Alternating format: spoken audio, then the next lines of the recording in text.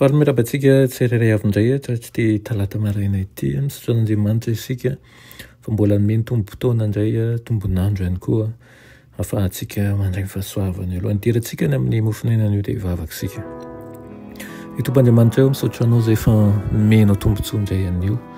Misaotra ihany koa manokatra ny masompananay hijery anao ary azo hery avy aminao. Koa mitenena rehefa voninkaina anao izahay amin'ny anaran'i Jesosy. Amen. Raha teny mofinainantsika androany dia manao hoe fotoana mitondra vokatra sarobidy. Nalay amin'ny Deutéronomie 7:7-12 manao hoe ary raha miaino ireo fitsipika ireo ianareo ka mitandrina sy manaraka azy dia ho tanterahan'i Jehovah Andriamanitra ao aminao ny fanekena sy ny famindram-po izay nianianany tamin'ny razanao. Amen. Noho ny antony manokana dia tsy tia maneho toro-maro karaha-pivavahana ho an'ny zanany ny ray aman-dreny maro. Ka velany eo amin'ny sekoly sabaty izy ireo no handray ny fahalalana. Tombontsoa sy adidin'izy ireo anefa ny mampita an'izany amin'ny zanany. Tsy mahatanteraka ny andraikitra napetraka taminy dia ny hanomeny zanany fanabeazana feno ny ray aman-dreny toy izany. Mandidy ny vahoaka n'Andriamanitra mba hitaizany zanany amin'ny famaizana sy ny fananaran'ny tompo. Aoka ho tsotra ny toromarika omenareo ny zanakareo ary aoka ho azonareo antoka fa takatr'izy ireo mazava tsara ihany koa izany. Ny lesona ianaranareo avy amin'ny tenin'Andriamanitra dia tokony asehonareo amin'ny fomba mazava ka ho takatr'izy ireo marina izany. Azonareo atao ny mampianatra azy ireo mba hampifanaraka ny fiainany amin'ny fenitra ambony indrindra amin'ny alalan'ny lesona tsotra ny sotonina avy amin'ny tenin'Andriamanitra sy amin'ny alalan'ny fanandraman'izy ireo manokana.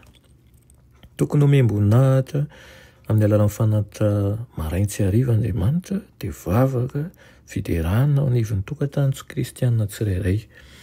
Adidy anao ray aman-dreny ny manisy fefy manodidina ny zanakao na maraina io na hariva io amin'ny alalan'ny vavaka mafana sy ny finoana feno faharetana.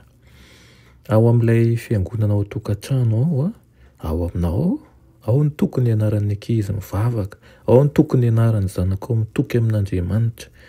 Nomenan'izao toromarika izao ny Israelita manoloana ny didin'Andriamanitra manao hoe dia ampianaro tsara ny zanakao izany ary resao na mipetraka ao an-trano ianao na mandeha any an-dalana na mandry na mifoha. Noho izany dia rahalahy sy anabavisany manatona n'Andriamanitra mpanetretena amin'ny fofeny fitiavana sy amin'ny fahatsapana an'ireo fakapana sy loza manoloana antsika sy ny zanakitsika ary eto amin'ny alitara amin'ny alalan'ny finoana izy ireny ka angatao ny fikarakarany Jesosy azy.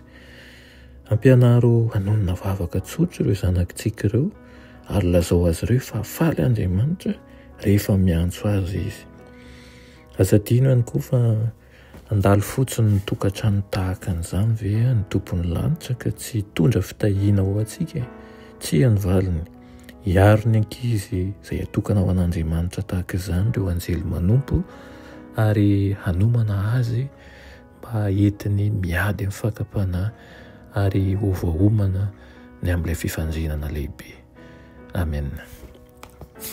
Vito malalo misaotra anao izay ny amin'izany toromarika izany.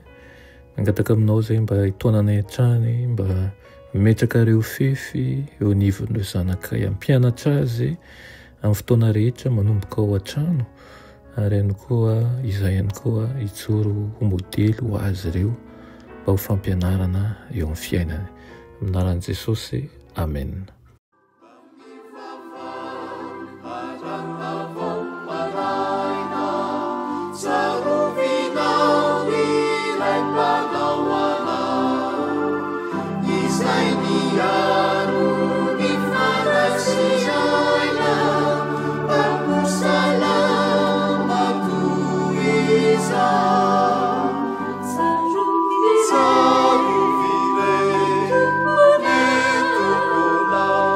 Piaro